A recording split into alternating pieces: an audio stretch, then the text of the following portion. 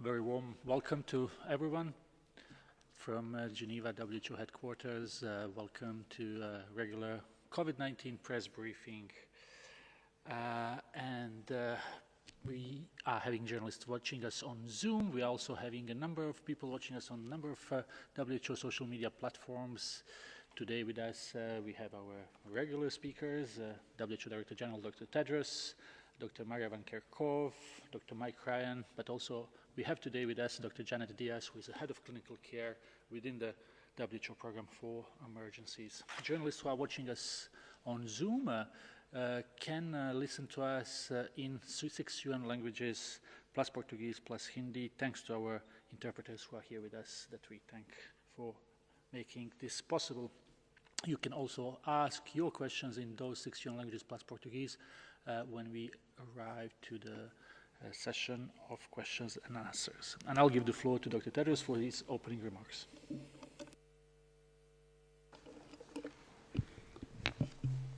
Thank you, Tariq. Good morning, good afternoon, and good evening. More than 9.1 million cases of COVID-19 have now been reported to WHO, and more than 470,000 deaths.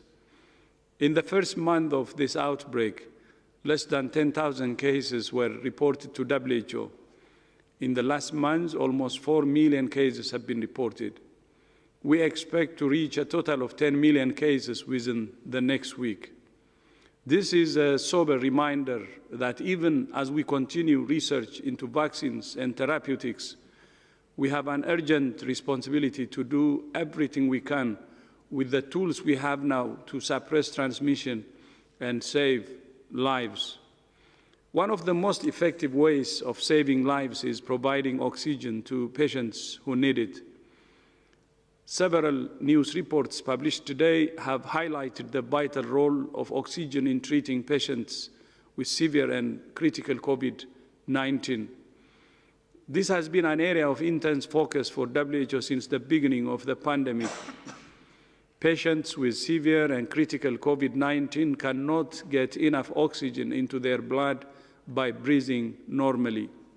They need higher concentrations of oxygen and support to get it into their lungs. Left untreated, severe COVID-19 deprives cells and organs of the oxygen they need, which ultimately leads to organ failure and death. Medical oxygen is produced using oxygen concentrators, which extract and purify oxygen from the air.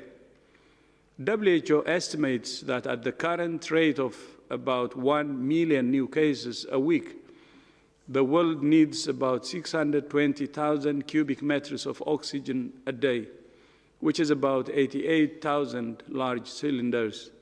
However, many countries are now experiencing difficulties in obtaining oxygen concentrators. 80% of the market is owned by just few companies, and demand is currently outstripping supply.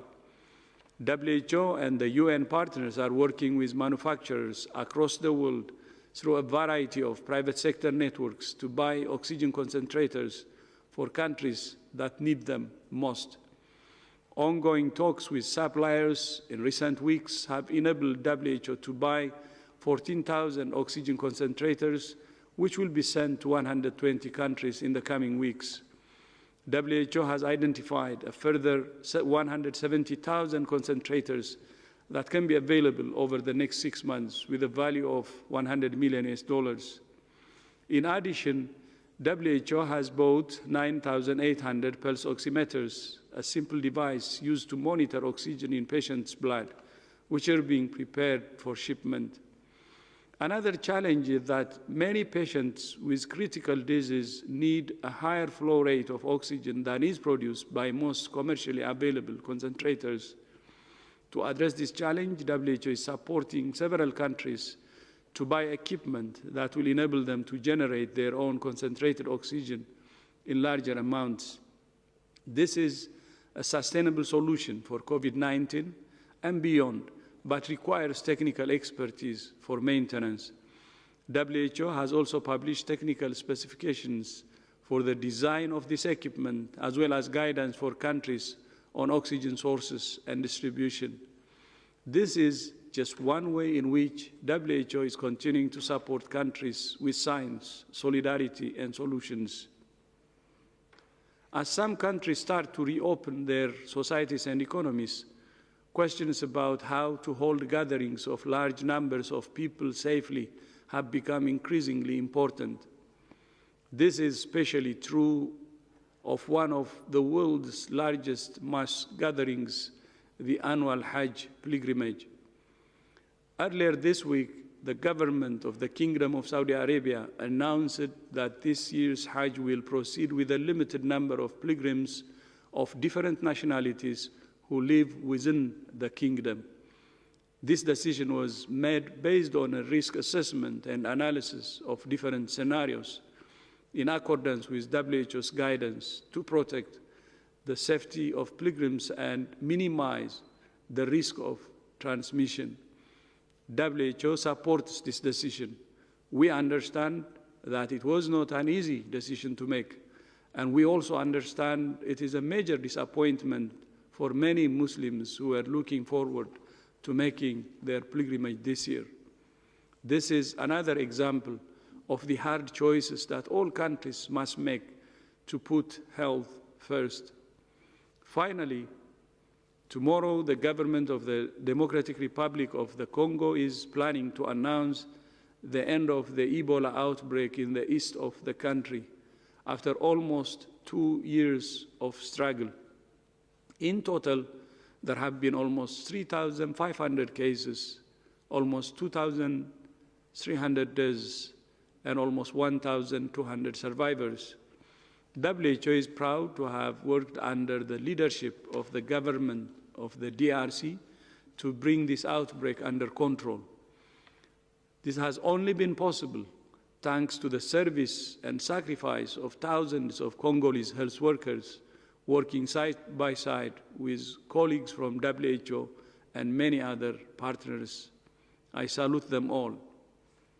Many of the public health measures that have been successful in stopping Ebola are the same measures that are now essential for suppressing COVID-19.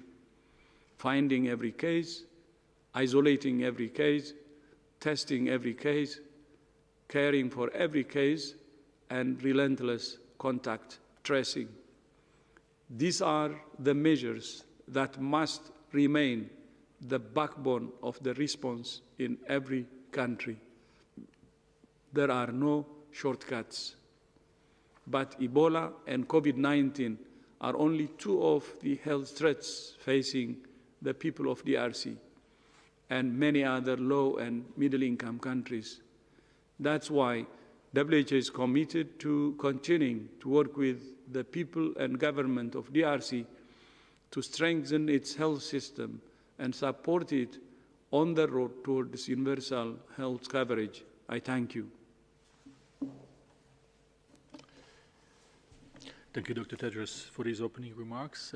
We will open the floor for questions now. We wish to remind you, if possible, to be short and have one question per person. And again, you can ask your question in 6 languages plus Portuguese, if you wish to do so. We will start with Peter Kenny, who works from Anadolu Today. Peter, do you hear us? Yes, do you hear me? Yes. Thank you. I would like to ask my question about research on vaccines in Nigeria at Adeleke University in Nigeria's Edo State. They have discovered a vaccine. I would like to know about what type of research is going on in Nigeria and in other African countries. Thank you. So thank you for the question. I can't answer specifically about the vaccine that you mentioned in Nigeria, but I can tell you that we are working with researchers all over the world, including many researchers across Africa, across a number of technical areas, whether this is through epidemiologic studies and seroepidemiologic studies, whether it's clinical research, whether it's the development of vaccines. And so while I don't have anything specific on your specific question, I can tell you that we are deeply engaged with academics, with public health professionals across Africa who participate in our international networks and who also participate in our R&D networks where we accelerate the advancements of research for COVID-19. Thank you, Dr. Van Kerkhove. Peter, if you send us an email, we may try to look for particular information on this through our regional office as well. Let's now turn to Antonio Breto from FA News Agency. Antonio?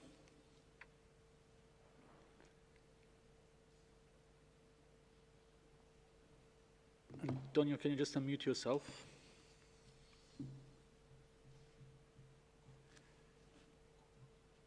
Sí, hola, buenas tardes. Gracias por concederme esta pregunta. Quería que analizaran un poco cuál es la situación ahora mismo en Latinoamérica, qué características tienen los focos de la epidemia allí con respecto a otros lugares del mundo, y si pueden confirmar la cifra que apuntan ya algunas estadísticas de que se habrían sobrepasado ya los 100.000 muertos en los países latinoamericanos. Gracias.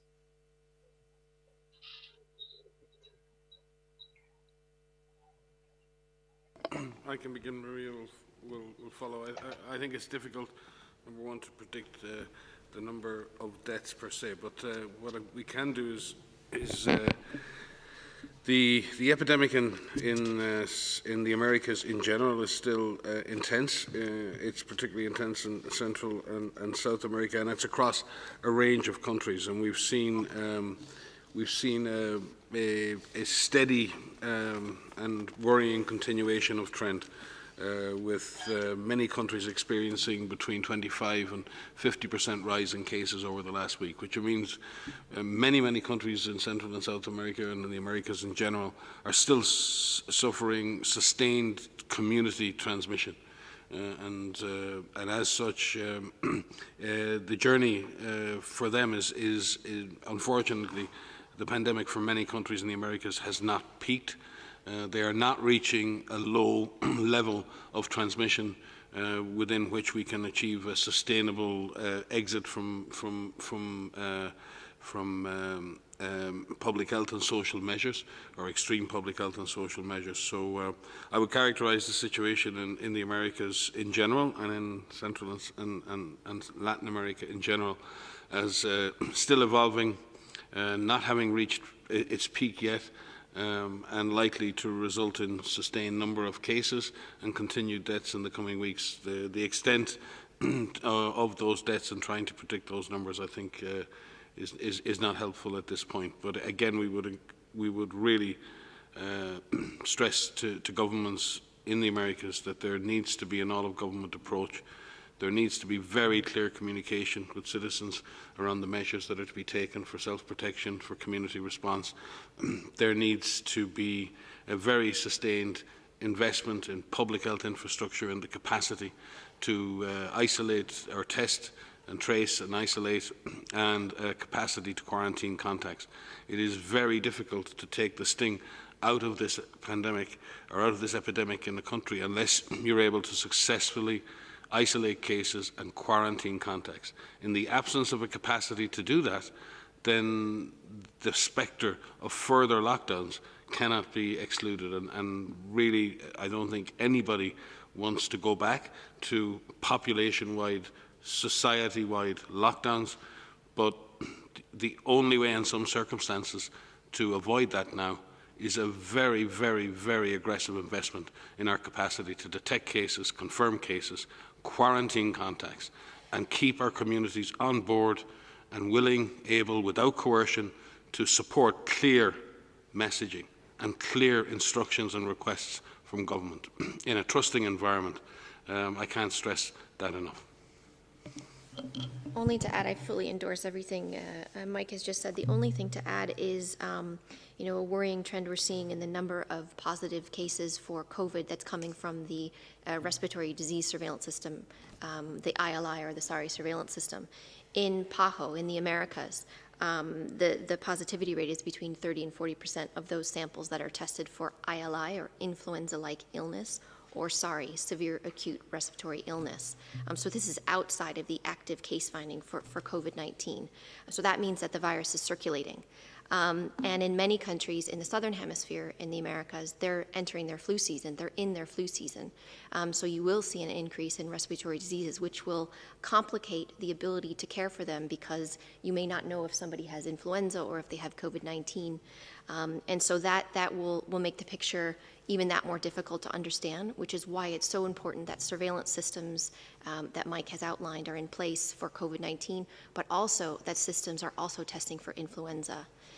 So it is difficult to give one summary of a large region with many countries and many different climatic zones, which are some are dealing with influenza and others are not. Many thanks. We will now turn to Maya Plants from UN Brief. Maya.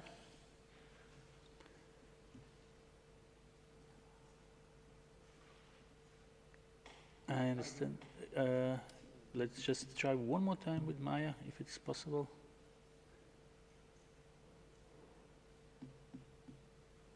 If not, then let's move to Reuters, and we have Emma Farge.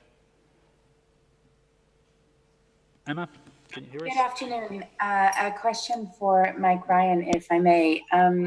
Dr. Ryan, in the past you used the term driving blindly to describe some countries moving out of lockdowns. And I'm wondering, given the concerns raised by the medical community in the UK, does that description apply there? Thank you.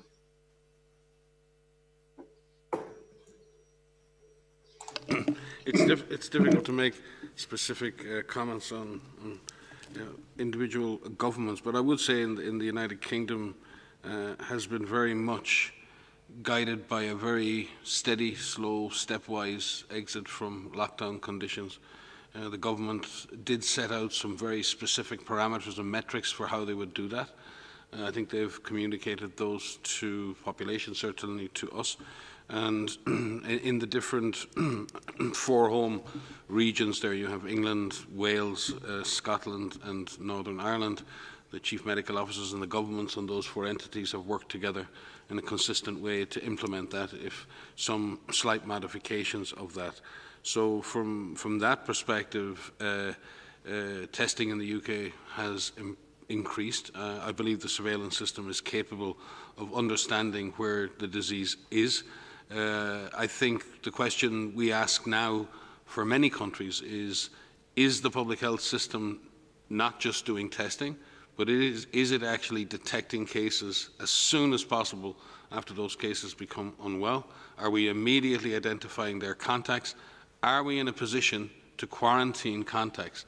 In other words, that contacts are either quarantined at home or quarantined in a third place or a second place, and our contacts supported in that quarantine and traced over that time, with or without the support of electronic tools or apps. And I think this is a question that's facing many countries now, because countries have fought hard, including the United Kingdom, have fought very hard, and populations have sacrificed a lot to drive transmission down. It's taken time. It's taken its toll on people personally. It's taken its toll on communities. It's taken its toll on the economy. The reward for that are low levels of transmission across society. But as we've seen, the risk of that jumping back up in particular circumstances, in crowded situations, super spreading events. So we must be able to reap the harvest as such of such a sacrifice to shut down and lock down and drive transmission down to a low level. That transmission needs to be kept at that low level and driven even further down. That is going to require extreme vigilance. It's going to require communities staying on board, individuals understanding their responsibility, their contribution to their own protection, to the protection of others. The communities are involved in this process and taking ownership and feeling empowered and supported by the authorities. And that the authorities are able to react quickly to each and every case, confirm the presence of the disease or not as quickly as possible, turn around testing very quickly, and isolate cases when confirmed and identify all their contacts and quarantine those contacts. I'm sorry for continuing to repeat this, but there are no silver bullets, there are no easy answers, and each government, including the UK, needs to examine itself at every level and say, are we capable of doing that?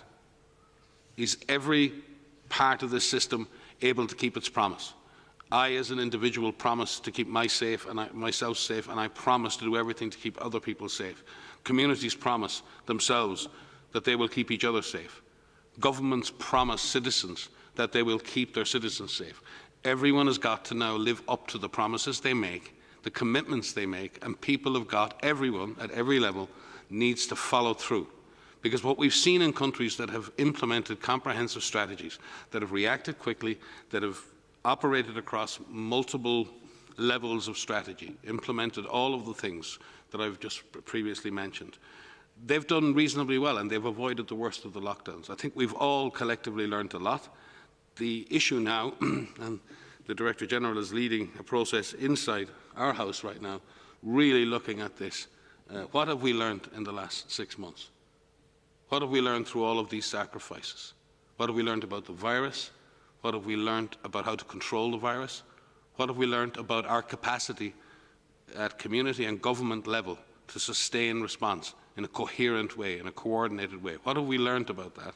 Are we willing now to learn those lessons and face the next 6 months with the resources we have? We have the tools to suppress the transmission of this virus. We hope dearly we will get an effective vaccine, but we cannot count on that.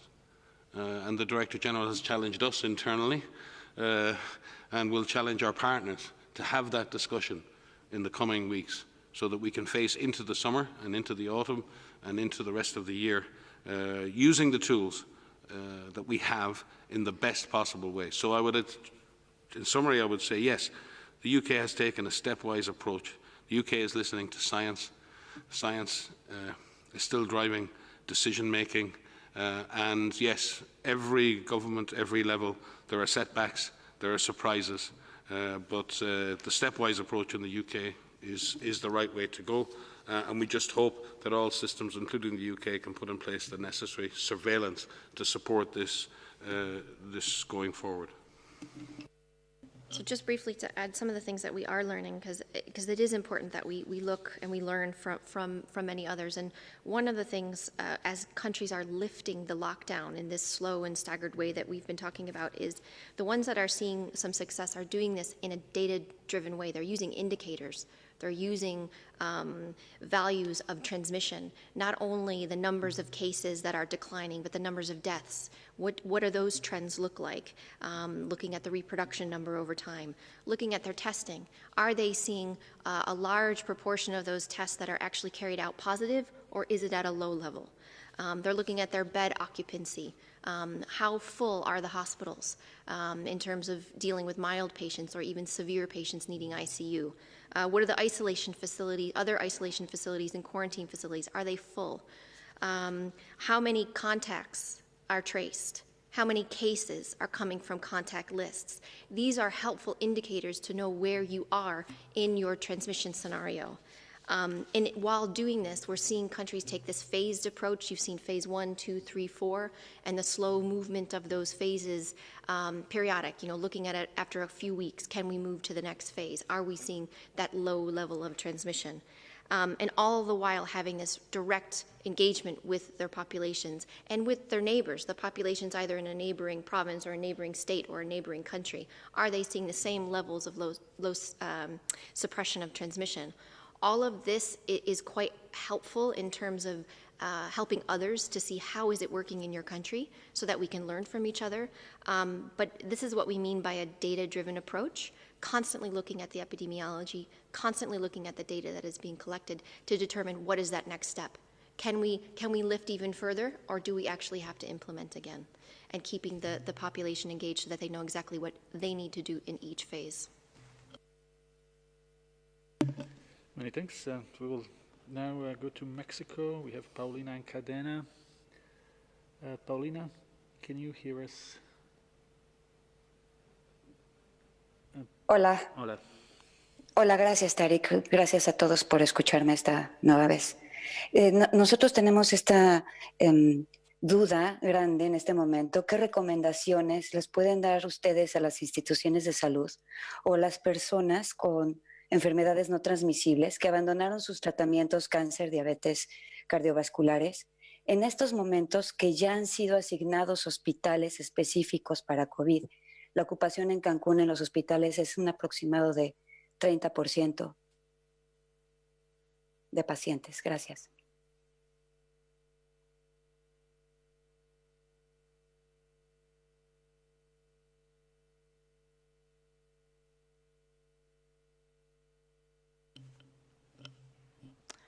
Thank you for that. It's actually an incredibly important question to understand how to keep essential health services going. There are, chronic conditions that continue that those patients need to continue to have, their care continued. In this type of situation, you consider alternate delivery platforms such as telemedicine, nursing calls, telephone calls, other ways in order to ensure to ensure that the patients can get the medical care that they need for their chronic conditions. In addition, when you consider even prescriptions, if you usually give 1 month of prescriptions, then the alternative would be to give 3 months of prescriptions or 6 months of prescriptions in order to ensure that those patients can continue their medications. And I will refer you to our colleagues here have published operational guidance on how to maintain essential health services with very easy to use checklists and other essential information that are looking at these different types of patients that may have more limited access during the COVID pandemic. Thank you very much. This was Dr. Janet Diaz, our head of clinical care. And now we will go to Brazil. Bianca Gautier from Global. Bianca?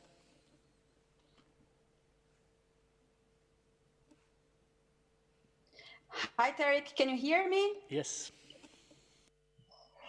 Thanks a lot for taking my question.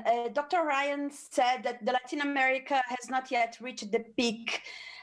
I would like to ask him, to ask you, Dr. Ryan, could you comment specifically about Brazil? How far is Brazil to reach the peak? Some say July, August. Do you have something in mind?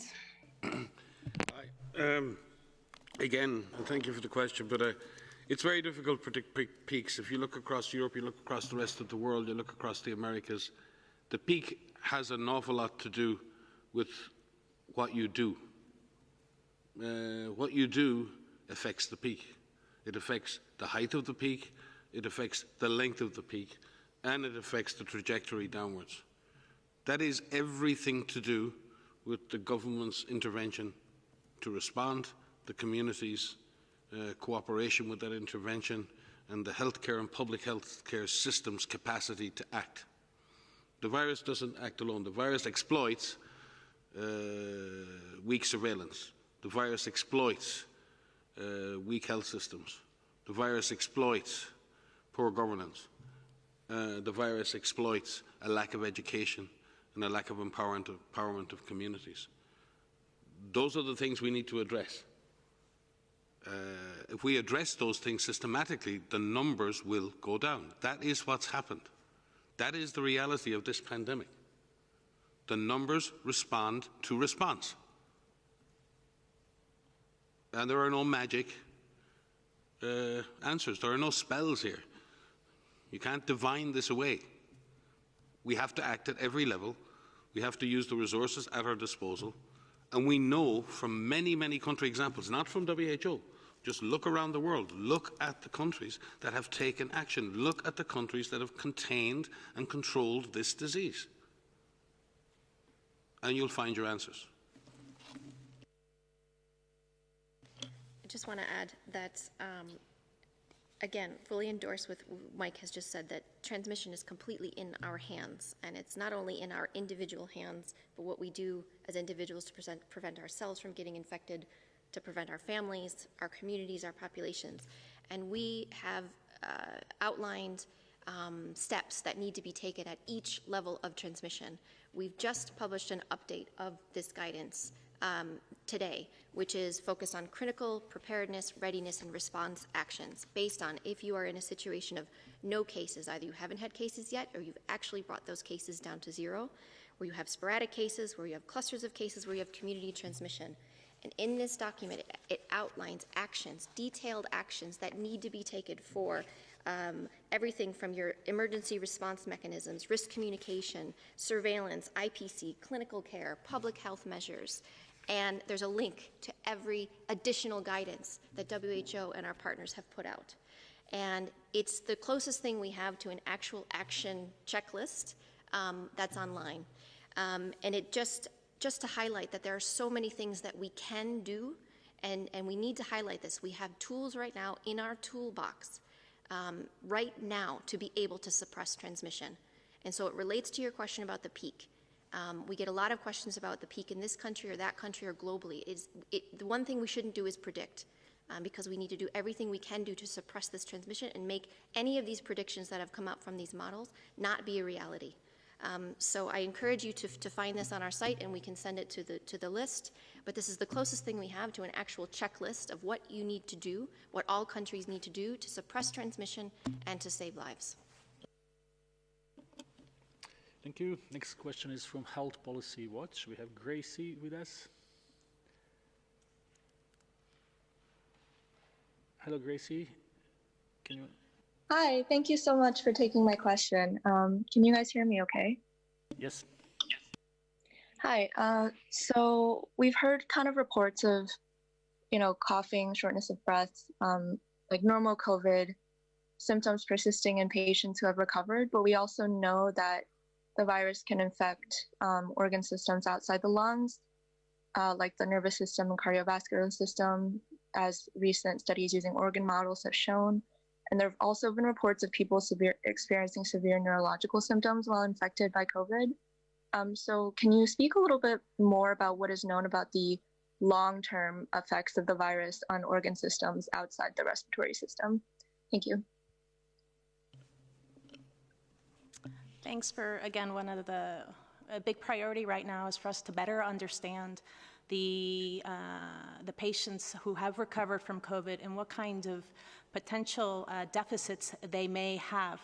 As you've described already, the different types of deficits can be neurological, they can be respiratory, some impaired lung function, they can be physical. If someone has been in the ICU, for example, for 4 to 6 weeks, a lot of deconditioning, immobility, those can really impact the physical functionality of patients in the mid or long term.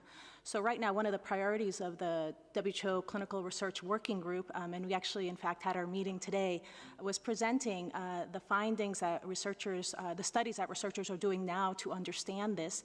And what we're trying to do is to create standardized data capturing systems or case record systems to be able to capture this information globally to better understand the disease, characterize the recovery phase of the disease. So I can say this is definitely a priority topic that we are working with international experts around the world to facilitate and to accelerate our understanding. Thank you, Dr. Diaz. We will now go to Jamie Keaton from Associated Press. Jamie? Can you hear me? Yes. Okay, nice to speak with you again. This is for Mike and Maria. We have noticed that the epicenter appears to be lasting longer in the Americas than it did in China or in Europe. What accounts for the longer epidemic in the Americas? Thanks. Thanks, Jimmy. Nice to hear from you. I think it depends, again, it's very much depending on the country, on the arrival of the disease. It also depends on just the natural connectivity in countries. And it may take longer for a disease to spread around a country where connections and infrastructure does not allow disease to spread as quickly. There are other countries in which the disease can move extremely fast within a given country because of public transport, air and other links. So there are natural factors that might drive transmission.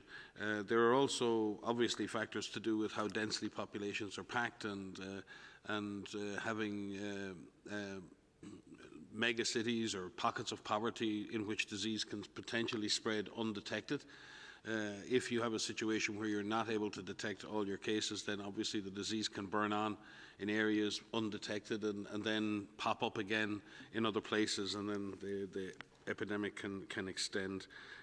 But if you look at the epidemic in Europe, it lasted quite a while. You're talking about the first cases in January in some European countries, and it's only in the last couple of weeks that we begin to see the disease going down. If you look more broadly in Europe, and we tend to be biased and we look at Western Europe or we look at the European Union, but actually if you go further east and you go to the Western Balkans, if you go to some countries in Central Europe, if you go to the Russian Federation, if you go to Moldova and other countries, there is still a rising incidence in some of those countries, and certainly in some Central Asian republics which are part of the European continent as such, the epidemic still goes on at higher levels. So it really depends how you define a continent. I would say that the disease has come under control in Western Europe. It is not certainly under control in general in Central and South America, but there are factors that would allow a disease to sustain itself for longer in a given community. And in the end, as I said in the previous statement, it also depends on the comprehensiveness, the speed, comprehensiveness, and investment in a comprehensive response. And really sustaining a response over a period of weeks and months that allows you to bring the disease under control. And that's obviously the final factor that you need to shorten any given epidemic. Thanks. And indeed, we have most of questions coming from North and South America. We have now David Wallstein from New York Times. David? Hi, thanks very much. I'm wondering, in terms of the oxygen, I'm wondering if there's any sense that if dexamethasone proves effective, if that could alter the long-term projections for the need of oxygen.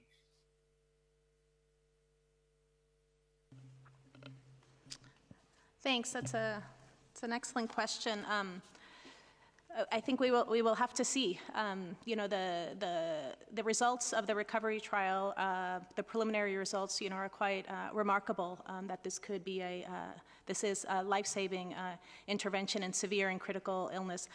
What you're asking is whether or not that will reduce the need, reduce progression of disease, and that will reduce the general estimates of need of oxygen. So we'll have to see. I think, we're working with many different experts on how to best model this, how to best forecast the oxygen need, and also understand the capacity at country level, in order to make that gap assessment more accurate. So this is ongoing work, and I think as we will continue to refine our tools, and also take into account potential treatments that may impact that estimate. If I could just add on this, because we tend, we get positive information on remdesivir, and then we all chase that for a while, and then we get stuff on dexamethasone, and then we have a discussion about oxygen, and then we have a discussion about other things. I think we need to really start seeing this as how do we optimize the clinical management of all patients who become sick. From the very moment that someone feels sick, getting an early diagnosis, being able to see a qualified physician or nurse, and understanding that physician or nurse, being able to understand your underlying conditions, your likely risk, and being able to put you into a pathway to see and seek and have the right care available. Because it's not just about having oxygen in a country or having a drug in a country. It's about making sure that the right patient gets access to that intervention at the appropriate time during the course of their illness. And when you put all of those small interventions together, rapid diagnosis, early hospitalization of those patients who may have risk factors, early oxygen therapy when needed, and then the use of other drugs and other supportive care, including ventilation, dexamethasone. And if we're capable of putting all of those interventions together and ensuring, even in least developed situations, even in humanitarian situations, we can deliver a basic standard of care to every person who gets COVID-19, then we will save a lot of lives. When we look at dexamethasone and we look, it reduces death rates by 1/5 in people who are already on oxygen. That's great, but by itself, it's not a solution. If we look at remdesivir, it reduces the length of illness in a proportion of patients. That's great, but it's not enough. But if we put different therapies together, different interventions together, and we deliver them in a fair and equitable way, then I believe we can do much more. So I think we need to look at, and again, Dr. Tedros has challenged us on this over the last number of days. How can we put together all that we have learned to reduce mortality? And reduction of mortality starts at protecting those people most at risk, shielding people, first and foremost, from the infection, so they never get it. And that's how you reduce mortality. And you start there and you work your way forward. And we need a really comprehensive look at what is affecting mortality. And what's affecting mortality is not always just the fact that a drug exists or an intervention exists. There's no point knowing that oxygen works if you're in a refugee camp in Somalia and you have no access to oxygen. That's no good. Knowledge is no good without the actual resource available to the doctor or nurse. So we have to turn knowledge into know-how and know-how into how-to. And we need to turn the how-to into the materials and the resources that are needed in order to affect the mortality outcomes in this disease. So I think it's really important, and Janet and her team are really looking at how we can put that system of, you were saying yesterday, Janet, the structures, the supplies, the system, the security, and all of the elements of an effective clinical management system. And we've learned so much about how to do that better. We just need to apply it now in a much more systematic way, especially for those people who live in fragile, conflict-affected, vulnerable settings who may not have access to healthcare like others around the world may do. Many thanks. And for our last question for tonight, we will stay in the United States. We have Jim Rope calling us from the West Coast Network of Radios Westwood One. Jim. Hi, thank you very much, and good evening to everyone. One of the problems that I'm seeing is competing science, quote unquote. Meaning, if we hear you talk and we hear the public health officials talk, yet I'm sure you've heard this too, and maybe you've seen it on television or radio, you can find someone that will claim they have science that can fill the narrative of whatever it is you believe. And I think that's part of the problem that I'm seeing with people refusing to wear face masks or face coverings or physical distancing is how do you convince people that the pseudoscience or fake science or twisted data science is something they should not pay attention to and understand where the real science is and the real messages are. I hope I articulated that well enough. You certainly did. That's it's really a fantastic question. It's really a fantastic question. We are living in a time right now where there's so many different groups that are carrying out really incredible research, real-time research right now for a new virus that we didn't know anything about 6 months ago. And we are learning about severity, we're learning about transmission, we're learning about treatments, we're learning about every aspect of this virus. And it's happening at an incredibly rapid pace. And so that's very positive. We're seeing innovation in areas that we hadn't seen before. You mentioned the use of masks, and we talked about different types of fabrics. That didn't exist a few months ago. We're seeing innovation in therapeutics and in vaccines, and this is really incredible. We're seeing real-time evaluation of full genome sequences, and it's happening at an incredibly rapid pace. Papers through science. When people are doing research, normally what happens is they carry out a specific piece of work with a collaborative group of individuals. They write this up, they write it up as a report, they submit it to a peer-reviewed journal. The paper goes through a robust analysis and review, critiquing every single line and every single word of that paper, and then the authors respond, and then it gets published. And that takes some time. What we're seeing right now is because we need these answers so quickly, we're seeing a lot of answers come out in the form of a press release, or we're seeing the answers come out in the form of a preprint. So these are these online platforms where you could publish or you could post your paper and it hasn't gone through peer review. So on the one hand, that's incredible because we're seeing these results in real time. And the other, it still needs to go through that rigorous review.